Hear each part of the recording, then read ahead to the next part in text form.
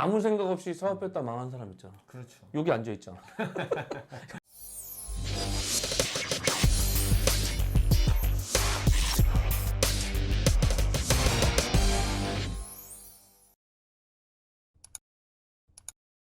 브랜드 이삿짐 센터랑 우리 이사해요랑 차이점하고 장단점은 뭐예요? 말씀드리기 쉬운 부분은 아닌데 네네. 왜 그러냐면 이게 또 믿거나 말거나 듣기에 따라서 사기꾼이라는 얘기까지 들을 수 있는 부분인데 일단은 어느 이삿짐 브랜드든 검색을 해보시면 안 좋은 후기들이 많이 있어요. 그러니까 우리나라 이삿짐 센터 프랜차이즈 한 사람들 중에 이삿짐 현업에서 하다가 프랜차이즈를 한 사람은 거의 없어요. 저는 단지 그래도 어차피 프랜차이즈로 안 갈 수는 없거든요. 네. 검증되고 신뢰할 수 있는 지점들이 어느 정도 더 만들어 놓고 나서 내가 프랜차이즈를 하겠다. 굉장히 더디게 가는 브랜드라고 보셔도 되고 조금 더 장점으로 포장을 한다고 보면 불평불만이 현재는 거의 없는 제로에 가까운 브랜드다. 사업을 확충하면 그때는 또 저도 나오긴 나오겠지만 그런 게 너무 싫어요, 저는. 음식점도 직영으로 많이 하잖아. 괜히 그렇죠. 분점 내줬는데 맞아요, 뭐 맛이 맞아요. 다르는 네. 본점이랑 왜 이렇게 달라 그러면은 맞아요. 가족한테 준다든지 직영을 하는 거잖아요. 맞아요. 대표님 같은 경우도 지금은 불만 없지만 우후죽순으로 내줘. 이사 안 해요가 되잖아, 잘못하면. 그렇죠. 대형 브랜드에서 뒤었던 분들은 이사해요에서 만족할 수도 있는 거고 그렇죠, 그렇죠. 또 만족하신 분들은 또 대형 브랜드 찾는 거고 이게 그렇죠, 또 그렇죠. 케이스 바이 케이스니까. 네. 헌터스 여러분들이 제일 궁금해하실 것 같은데 이삿짐 센터 이사해요 소장님이 추천하는 좋은 포장이사 업체 선정하는 방법은 뭐예요? 일단 내가 저번에 이사할 때 이사에 만족했으면 저번 이삿짐 센터를 한 번 더 믿어보시는 게 좋아요. 그렇죠. 저번에 이삿짐 센터를 골라서 이사를 했는데 내가 좀 불만족스러웠어요. 그럼 왜 그랬을까? 한번 생각을 해봐. 그리고 나서 내가 원하는 방식으로 이사를 해주는 이삿짐 센터들 중에 한 곳을 고르시면 되는 거거든요. 두 가지를 더 말씀드린다면 그 이삿짐 센터는 허가가 있는 곳인가? 그렇지. 그리고 보험이 가입되어 있는 곳인가? 이사보험. 그거를 확인하시고 그 다음에 우리 고객님께서 원하는 수준으로 해줄 수 있는 이삿짐 센터들을 나열하신 다음에 그 이삿짐 센터들의 소장은 어떤 생각을 가지고 있는가? 그게 어렵네. 자기가 블로그를 운영을 한다든가 네. 유튜브를 운영을 한다든가 어떤 방법을 통해서 자기를 알리려고 노력을 할 거 아니에요. 그렇죠. 그리고 나서 고객님들한테 어떤 정보를 주려고 노력할 거 아니에요. 소장을 판단하기 어려우면 방문견적으로 온 영업실장은 어떤 생각을 가지고 있는가. 왜 그러냐면 이삿짐 센터 소장은 A라는 생각을 가지고 사업을 운영하고 그 다음에 영업실장은 B라는 생각을 가지고 영업을 하고 현장에서 일하는 팀장은 C라는 생각을 가지고 일하는 이런 업체는 거의 없어요. 거의 생각과 행동이 비슷해요. 소장도 팀장도 실장도. 그렇기 때문에 그 중에 누군가를 만나서 심도 깊게 조금 얘기를 해보면 고객님께서 쉽사리 판단하실 수 있어요. 그렇구나. 네, 그래서 이제 그런 것들을 종합적으로 해서 이삿짐 센터를 고르셔야 되는데 조금 공부를 하셔야겠죠.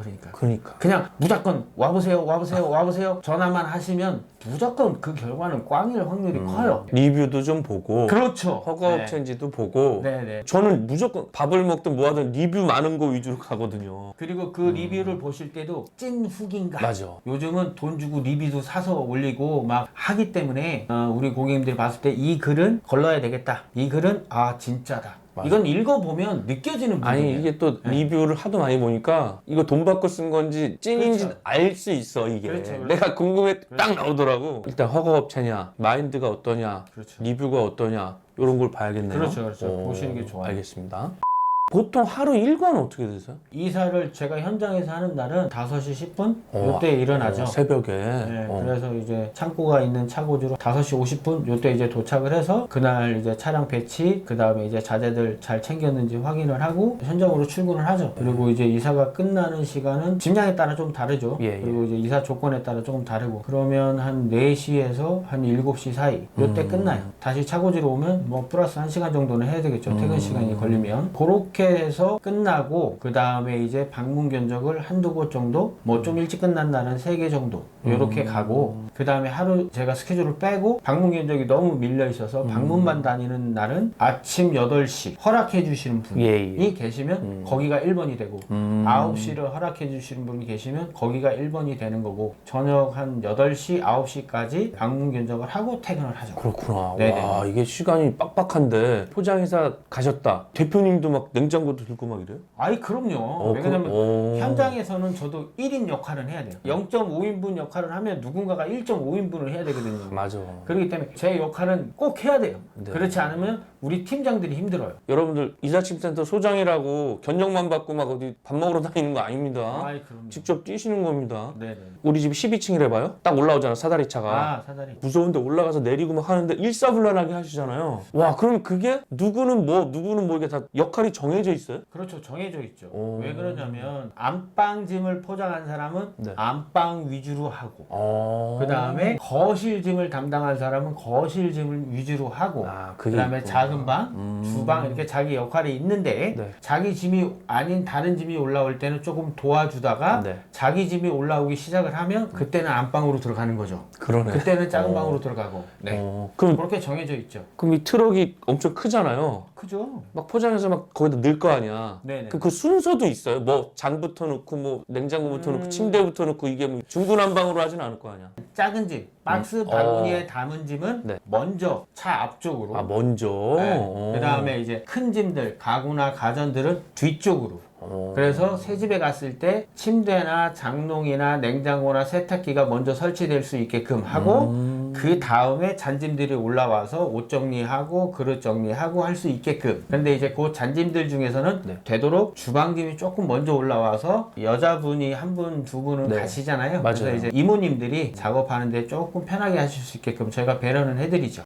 나 이삿짐 센터 한다 그러면 주변 사람들 반응이 좀 어때요? 중간 이하? 좋게 보지는 않습니다. 음. 왜 그러냐면 예전에 우리 어머니 아버님이 이사하시던 한 90년대, 네. 2000년대 요때를 생각해 보면 작업 조건이 워낙 안 좋았어요. 또 그때 당시에는 고객님들이 다 고향 사람인 것 같고 동생인 것 같고 맞아. 막 이렇게 해가지고 굉장히 잘해드렸어요. 이삿짐 센터 직원분들한테. 그러니까. 그래서 점심 식사비도 드리고 밥도 해드리고. 그렇죠. 일 끝나고 이제 땀 많이 흘렸으니까 사우나 가라고 목욕비도 주시고 굉장히 고생한 만큼 대우를 다 받으셨어요. 그런데 그 시간이 지나면서 이삿짐 센터 직원들이 소장도 마찬가지고 팀장도 마찬가지고 그거를 당연하다고 생각하고 이 고객님은 해주는데 이 고객님은 왜 안 해주냐 진상 피고 막 이러면서 이사라도 잘해주면 괜찮은데 그치. 이사는 이사대로 못 해주면서 원하는 것만 많고 그러니까 이제 사람들이 보는 시선이 위로 좀 이렇게 봐주다가 어느 순간부터 아래로 보기 시작한 게 있어요. 그게 뭐냐면 이삿짐 센터 소장, 팀장,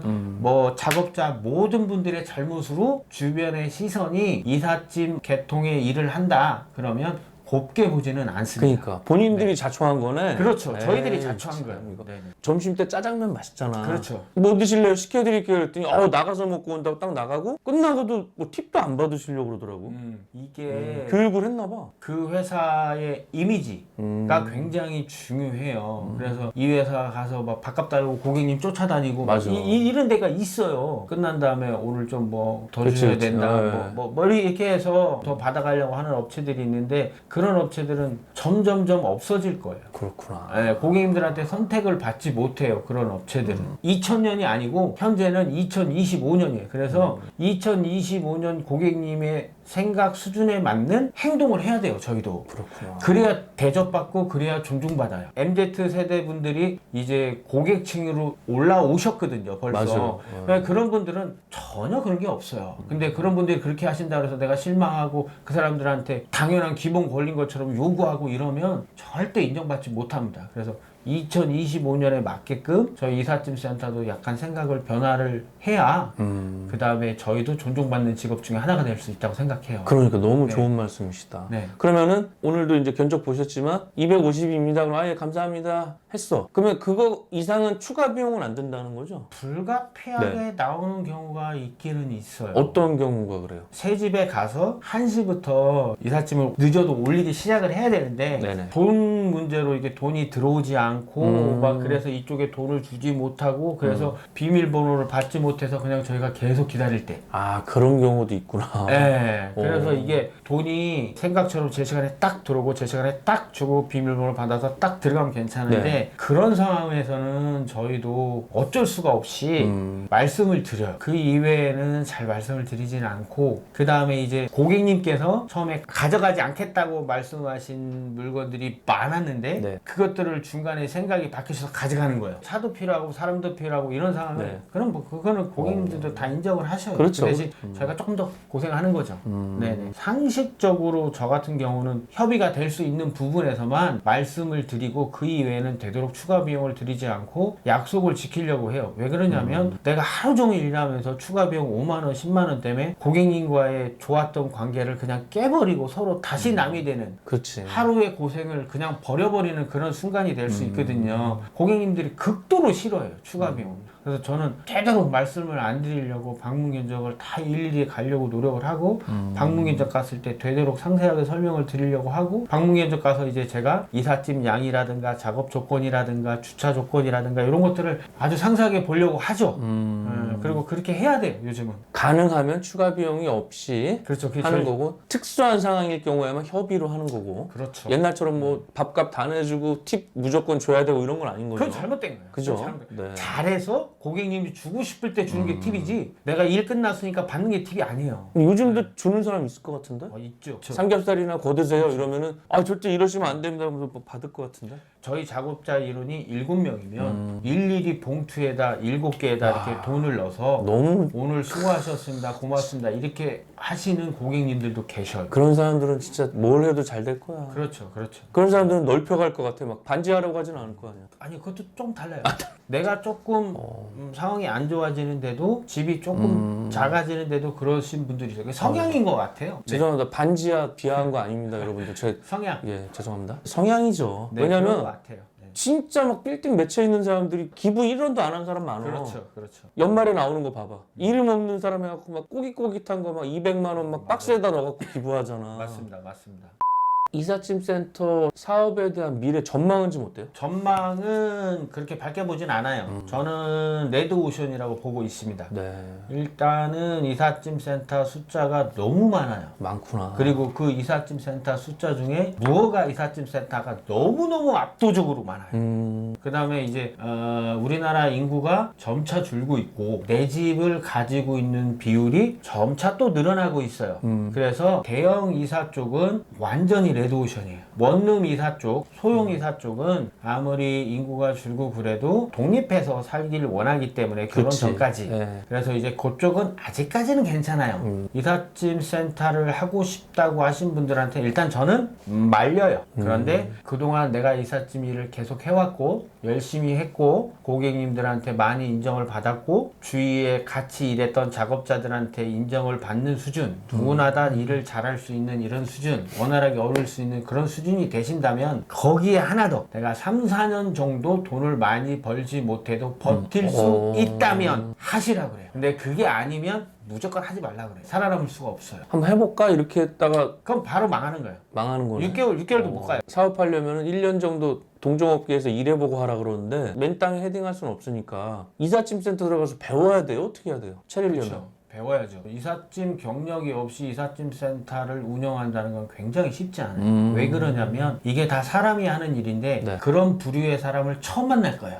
그 사람들한테 속지 않고 그 사람들을 관리해 가면서 고객의 이사를 해준다는 거는 거의 불가능하기 때문에 그렇구나. 그 부류에 들어가셔서 생활을 하시면서 일은 어떻게 흘러가고 차는 어떻게 흘러가고 어떤 작업자들이 일을 하고 어떤 정도의 책임감을 가지고 있는 사람이 팀장을 하는구나 그 분위기를 좀 느껴보셔야 돼요. 그렇구나. 그게 단기간에 체득되는 게 아닙니다. 이게 뭐 돈만 있다고 차릴 수 있는 게 아니네. 차릴 수는 있는데 바로 망하죠. 아무 생각 없이 사업했다 망한 사람 있잖아. 그렇죠. 여기 앉아 있잖아. 여러분들 명심하십시오. 지금 사업 쉬운 거 아닙니다. 막 돈 있다고 막 맞습니다. 차리면은 백전백패야. 맞습니다. 그죠? 맞습니다. 음식점이고 어떤 서비스 업종이고 간에 외국 분들이 엄청 많잖아요. 그렇죠. 이삿짐에도 외국인들이 많을 것 같아요. 이삿짐 센터 직원들 중에 가장 많은 포지션을 차지하고 있는 건 몽골 분들. 아 몽골 분들. 네, 몽골 분들이 가장 많아요. 그래요. 이게 왜 그러냐면 힘이 센가? 힘이 센 것도 있고 우리나라에 온 이유 자체가 네. 돈을 벌기 위해서 온 거예요. 그렇기 때문에 어느 이삿짐 센터에 취직을 하게 되면 거의 빠지는 날 없이 만근이에요. 만근을 하면서도 자기 주어진 역할을 하려고 노력을 하는 거죠. 그분들에게는 여기가 경쟁 사회인 거예요. 그러네. 외국인 노동자분들한테는 그래서 살아남아야 되고 자기의 장점이 있어야 된다고 생각을 해요. 조금 어떻게 보면 성실성 이런 면에서는 외국인 근로자가 나온 면이 많아요. 그런데 저 같은 경우는 외국 사람을 채용하진 않아요. 안 하시고. 네, 왜 그러냐면 네. 일단 고객님들이 싫어해요. 굳이 내가 외국 사람을 써서 이사를 잘해드린다고 아무리 홍보를 해봐도 싫은 건 싫은 거예요. 그런 거를 감수해 가면서 내가 부담을 떠안고 일을 하고 싶진 않거든요. 한국 사람 일 잘하고 책임감 있고 성실한 사람 찾는 게 정말 힘들어요. 불구하고 저는 힘들더라도 한국 사람을 찾아서 그런 분들하고 일을 하려고 노력하고 있습니다. 허가 무허가 업체 막 이삿짐 센터가 알게 모르게 엄청 많을 것 같아요. 그렇죠. 국내에 한 몇 개 정도 돼요? 무허가 이사업체까지 합치면 네.